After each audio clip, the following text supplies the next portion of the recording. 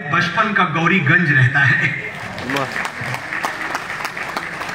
और छोटे शहरों की खुशबू अलग होती है मैम, छोटे शहरों की बात अलग होती है। जिस गौरीगंज में मैं पला बढ़ा था वो गौरीगंज तो खैर शहर में नहीं था, अब जाके जिला हुआ है गौरीगंज अमेठी जिसकी बात हम कर रहे हैं। मेरे टाइम पे तो वो कस्बा भी नहीं था, एक गांव हुआ करता था। और जो गांव की सादगी है, जो गांव की सच्चाई है, जो गांव का भोलापन है, एक दूसरे के दुख दर्द में शामिल होने की जो परंपरा है गांव की, वो मैंने बड़े करीब से देखी है। तुम्हारा चूल्हा ठंडा है तो हमसे आग ले जाओ, तुम्हारा चूल्हा ठंडा है तो हमसे आग ले जाओ। ये साझेदारियां होती हैं अब भी गांव में मेरे, किसी का भी वो दुख पूरा मोहल्ला बांट लेता है, गले मिलके छतें रोती हैं अब भी गांव में मेरे। बोलने का तमीज नहीं है।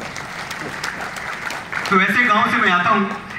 मुझे अक्सर लोग एक बात पूछते हैं और शायद हर लेखक से पूछते होंगे, मुझसे कई बार पूछते हैं कि अच्छा लिखने का मंत्र क्या है, सीक्रेट क्या है, भेद क्या है। और अब मैं जिनके सामने बोल रहा हूं धनबाद में पढ़े लिखे लोगों का शहर है, मुझे पता है कि यहां जमीन के अंदर कोयला है और सीने के अंदर हीरा भरा हुआ है। ऐसे लोग हैं आप लोग। भाषा पे आपकी पकड़, साहित्य पे आपकी पकड़, जितने बड़े बड़े साहित्यकार बिहार और झारखंड ने दिए हैं, मुझे लगता है उनकी अगर हम सूची बनाने बैठे तो पूरा दिन निकल जाएगा। तो ऐसे सुधी श्रोताओं के बीच में मैं बोल रहा हूं कि जब मुझसे कोई पूछता है कि भाई कैसे लिखे, अच्छा क्या मंत्र है, क्या सीक्रेट है, तो एक तो सीक्रेट बहुत सिंपल सा है, just sit on the table and bleed on the paper. आपको कलम की स्याही नहीं बहानी होती, आत्मा का खून बहाना होता है कागज पे और अच्छा लिख उठता है कुछ। लेकिन फिर भी अगर मुझे बताना ही पड़े कि क्या है तरीका, अच्छा कैसे लिखा जाए, बहुत सारे लोग हैं जो लिटरेचर में, पोइट्री में, फिल्मों में आना चाहते हैं। तो मुझे अमेरिका की एक बहुत प्रख्यात कवयित्री है एमिली डिकिंसन, उनका एक स्टेटमेंट याद आता है कि poetry is dictation by God.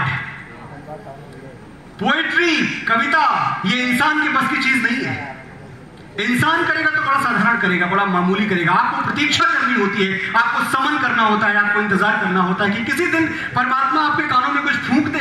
वो फूंक देता है, आप बांसुरी जैसे बज जाते हैं, अच्छी कविता हो जाती है। दूसरा कोई मंत्र है नहीं। जब परमात्मा किसी के कानों में फूंकता है कविता, तब कोई फैज अहमद फैज लिखता है कि मुझसे पहली सी मोहब्बत मेरे महबूब न मांग। ऐसे थोड़ी लिखा जाता है।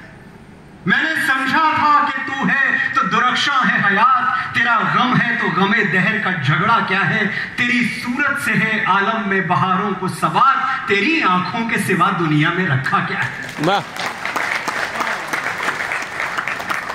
जब ईश्वर किसी के कानों में फूंकता है तब कोई मैथिली शरण गुप्त लिखता है, जाग रहा ये कौन धनुर्धर जबकि भुवन भर सोता है। जब ईश्वर किसी के कानों में फूंकता है तब कोई सूरदास लिखता है, मेरो मन अनंत कहां सुख पावे, जैसे उड़ जहाज को पंछी फिर जहाज पे आवे।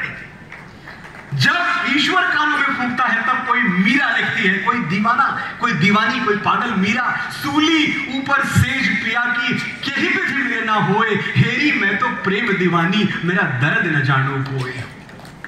जब ईश्वर कानों में फूंकता है तब कोई रॉबर्ट फ्रॉस्ट लिखता है, woods are lovely dark and deep, I have promises to keep and miles to go before I sleep. और जब यही परमात्मा, जब यही ईश्वरीय शक्ति मनोज मुंतशिर शुक्ला जैसे साधारण से लेखक के कानों में कुछ फूंक देती है, मेरी कलम में एक शक्ति उतर आती है, थोड़ी देर के लिए बिजली चमकती है, तो मेरे जैसा मामूली आदमी भी लिख देता है, तेरी मिट्टी में मिल जाऊं, गुल बन के मैं खिल जाऊं, इतनी सी है दिल की आरज़ू, तेरी नदियों में बह जाऊं, तेरे खेतों में लहराऊं, इतनी सी है दिल की आरज़ू। अब ये गीत तो आपने खैर सुना होगा, लेकिन इस गीत तक पहुंचने की यात्रा बड़ी दिलचस्प रही। जब मैं नया नया गौरीगंज से आया और संघर्ष कर रहा था, स्ट्रगल कर रहा था, चारों तरफ भटक रहा था, तो जब मैं कहीं जाता तो लोग कहते यार कोई हिट गाना लिख के ले आओ। मैं कहता हिट गाना मतलब कोई सींग पूछ होती है हिट गाने को, कैसे पता चलेगा हिट गाना कौन सा है? जब तक वो आप रिकॉर्ड न कर लो, रिलीज ना हो जाए, पिक्चर में ना जाए, कैसे पता चलेगा? नहीं पता चलेगा। एक प्रोड्यूसर साहब ने मुझे कहा कि काम करो, कल सुबह का अखबार देखना, रोज सुबह अखबार में टॉप 20 गानों की लिस्ट निकलती है कि कौन से पॉपुलर गाने, कौन से हिट गाने हैं। ये कहीं से बालक के चीखने की आवाज आई। मैं सोचता हूं जिस दिन मैं नहीं आता उस दिन कहां होते हैं साहब। तो मुझे ये मशवरा दिया गया मैम कि एक काम करो, टॉप 20 गाने देखो, जाके अखबार में पढ़ो, जो सबसे टॉप पे गाना चल रहा हो कुछ वैसा लिख के आओ।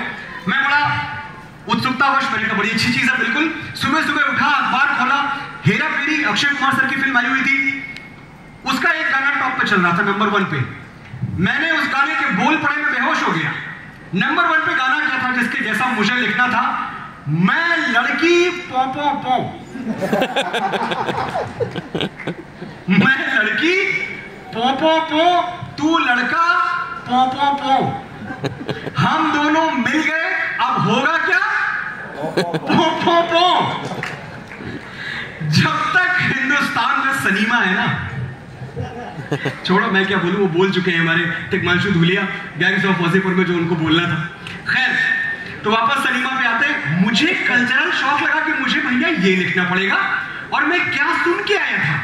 मैं साहिर सुन के आया था, कैफी राजवी सुन के आया था, मैं रामधारी सिंह दिनकर पढ़ के गया था वहां। मुझे लगा ऐसा कुछ लिखना पड़ेगा।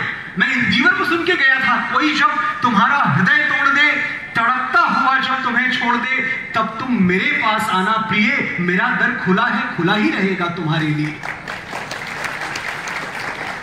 मैं जब जब फूल खिले के गीत सुन के गया था, जहां कश्मीर का एक भोला भाला शिकारे वाला जब मुंबई आता है और एक बॉलरूम डांस पार्टी में अपनी प्रेमिका को कई पुरुषों के साथ नाचते हुए देखता है, उसकी छाती फट जाती है, उसका दिल फट जाता है, और वो गाता है कि तेरी बाहों में देखूं सनम गैरों की बाहें, मैं लाऊंगा कहां से भला ऐसी निगाहें।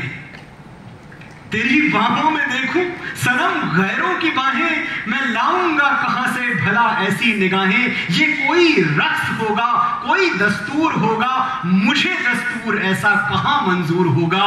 भला कैसे ये मेरा लहू हो जाए पानी, मैं कैसे भूल जाऊं मैं हूं हिंदुस्तानी।